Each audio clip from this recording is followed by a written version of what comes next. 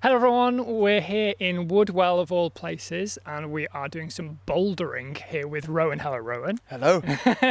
So Rowan's going to be our guest kind of presenter today. He's been testing the Shaman 2 S's and we'll be intrigued to see what you thought. Let's roll the intro.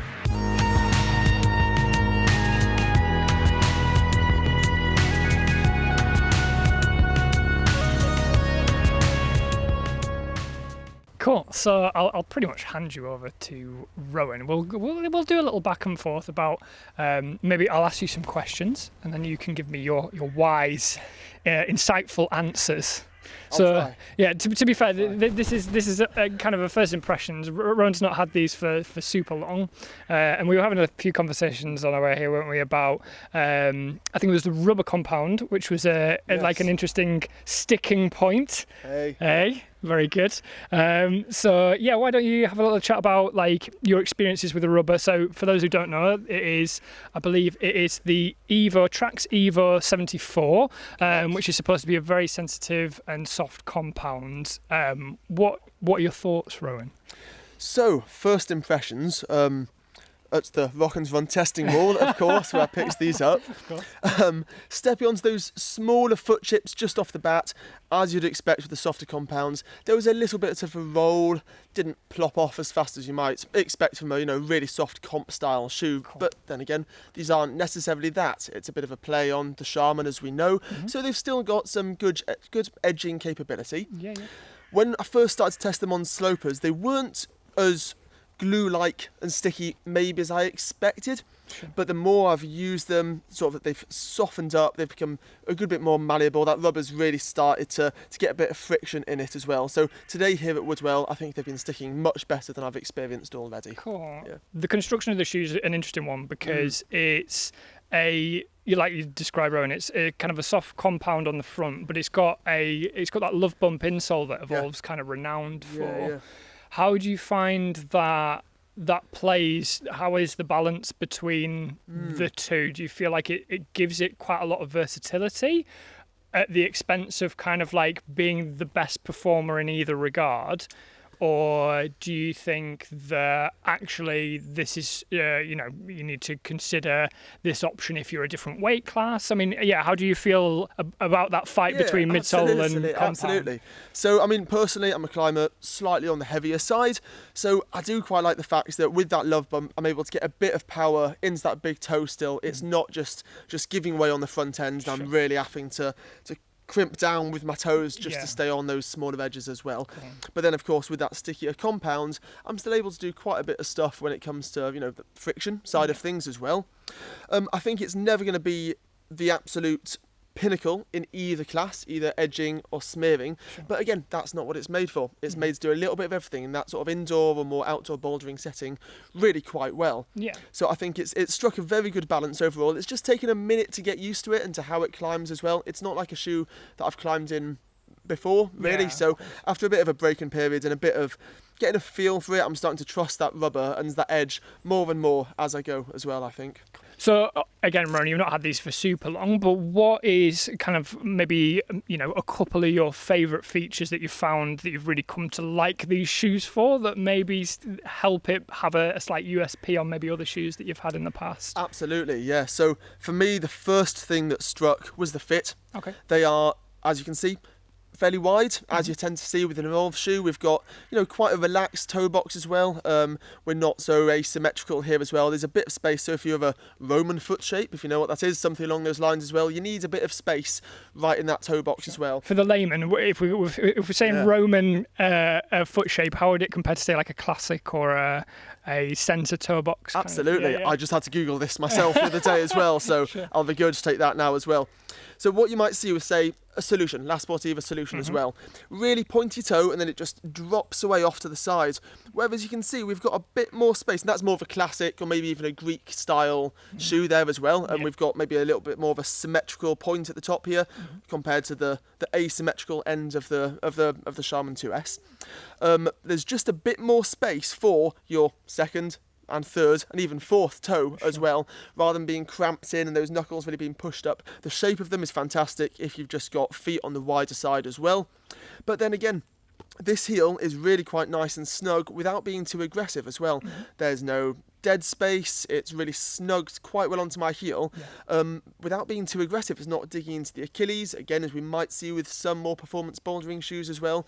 So comfort straight off the bat was really what drew me to them. Yeah, I was going to say, again, like in our discussions, you've found them surprisingly comfortable. I think you mentioned, was it something about the enclosure that you really enjoyed? In terms of, I think it was rather graphically, it was when you've got very sweaty feet, I think, that you found. Sweaty feet. Even though they're a synthetic shoe, you actually found them like, was it the actual sock kind of enclosure, you found it really easy to use? The sock enclosure, absolutely. It really just opens the whole shoe up in no time at all as well. And just the way that the shoe is moulded, it's not such a tight sock-like squeeze, because it just really opens up and then re-envelops your foot again. Cool. So nice little hug. A hug. Yeah, exactly. It great. does feel like a nice warm hug. Cool. So even on a sweaty old day like this out here in Woodwell, it's still, high 20s or thereabouts. With those sweaty feet, you can still get them in no problem without, pulling a muscle as you try and fight them on over the course of an hour. And you've really not been like needing to take them on and off. I mean, it's interesting, the fit suggestions from Evolv, they were street shoe size for a performance fit, and you've gone down half a size in these, haven't you, from your street shoe size? Just about, yeah. I'm between like a 9 and a 9.5 UK, and I actually went for a 9. A 9.5 felt, just as good, but once I tried a 9 and there weren't any more pressure points, it was still feeling really good and snug everywhere as well. I opted for a 9 in the end as well, and then before I knew it, I was wearing them for 15, 20, even sort of 25, 30 minutes at a time without any considerable pain. And that was straight out of the box. And that's fresh out the box as well, which I've never had. You heard it here before. first, people. Yeah, exactly. I've never had this before with a performance shoe, so that really, really impressed me straight away, I think, is how much they snug onto your foot and just stay. You forget you're wearing them after a while. Nice. I mean, we'll put a slight disclaimer of, like, if they suit your feet. Yes. This may be the experience that you can have with these shoes if you are the chosen one. Try them on. Yes, try them on. The Rock+Run showroom, ideally. In the South Lakes. Yeah, come and give us a visit. We'd be more than happy to help you out with Evolv or a range of different shoes. But yeah, amazing. I guess the other thing we haven't touched on much is the toe patch. Have you any strong feelings or thoughts on the toe patch at all, Rowan? Apart from its aesthetic appeal, which might split the crowd a little bit. 2S. I think it looks quite good, to be honest. It's not so, it doesn't envelop the front of the shoe entirely again, so we just get that little bit of stretch. It reduces those pressure points on those knuckles just there, but it's certainly big enough to get the job done. I'm maybe not a technical enough climber to toe hook quite as much, but when I have just had to quickly scum it onto something as well, the grip's been fantastic as well. It's not super aggressive as well, so if you're really a toe hooking and heel hooking specialist, this might not be the shoe for you. But for doing a little bit of everything really quite well, especially indoors on those big sort of volumes, big slopers, that sort of thing, comp style climbing as well, it will just glom onto there really quite well. You can throw it on there and put a good bit of power on it, and it's comfortable too, is the thing as well. It's a really comfortable shoe to toe hook in, I found. So like as you say, it's not like completely covered like a Drago or something like that. Course, but it's in quite a nice position. It's nice and high, kind of over the top of the foot there, which is where you kind of really want to engage. Yeah, absolutely, especially with indoor bouldering, where you might not be going for a very precise toe hook. You're just throwing it on and hoping something sticks. Please God, please stick. So awesome. having that coverage means that you're much more likely to get a good secure toe in place. Absolutely.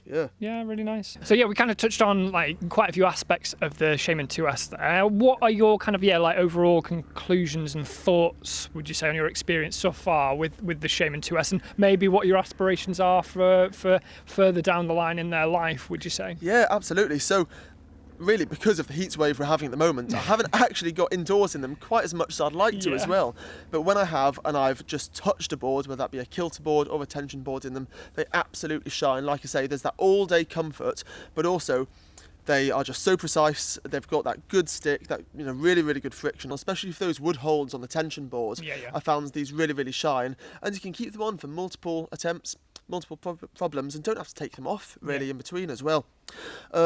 It's really enjoyable as a training shoe. It's really nice as a training shoe. Yeah. I think they absolutely shine. Yeah. And then again, for the majority of indoor boulderers, once you're really looking to push from like that V3, V4 up to V7 and maybe even beyond as well, I think they're going to take you all the way there. They've got all of the properties and all of the right places really. And if they fit your foot, you'll know about it. They will fit your foot like an absolute dream as well. Is what quite I'd a say. specific fit, but if you do, it's a really enjoyable. You'll know about it experience. the second you put them on that it's the shoe for you. Fantastic. No, that's great. I guess one other thing we talked about is, you said to me that if you had to just, choose one shoe and it obviously fit you well, this is a really good pick for that because of that kind of versatility. Really good for training, obviously, but we've talked about how it's quite a well-balanced shoe between edging and smearing and things like that. Yeah, you think certainly. it might be if, a budget is stretched or whatever. And if you're just going to pick one shoe, as an aspiring indoor or even outdoor boulderer as well. I will say for like outdoor use, if you're slightly on the heavier side,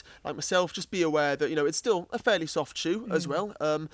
But even then, if you just want to throw one pair of shoes into your bag to head to the wall in, head to the board in, or just head to the crag as well, it's a really strong contender, I'd say. Awesome. Thank you very much, Rowan, for your insights into the Shaman 2S. And if you guys are interested in the Shaman 2S or got any questions, please feel free to leave a comment down below. And if you've enjoyed our little review here with Rowan in the outside world, please let us know and hit that like or even subscribe to us if you want to see more Rock+Run TV content. But for now, thank you very much from me and...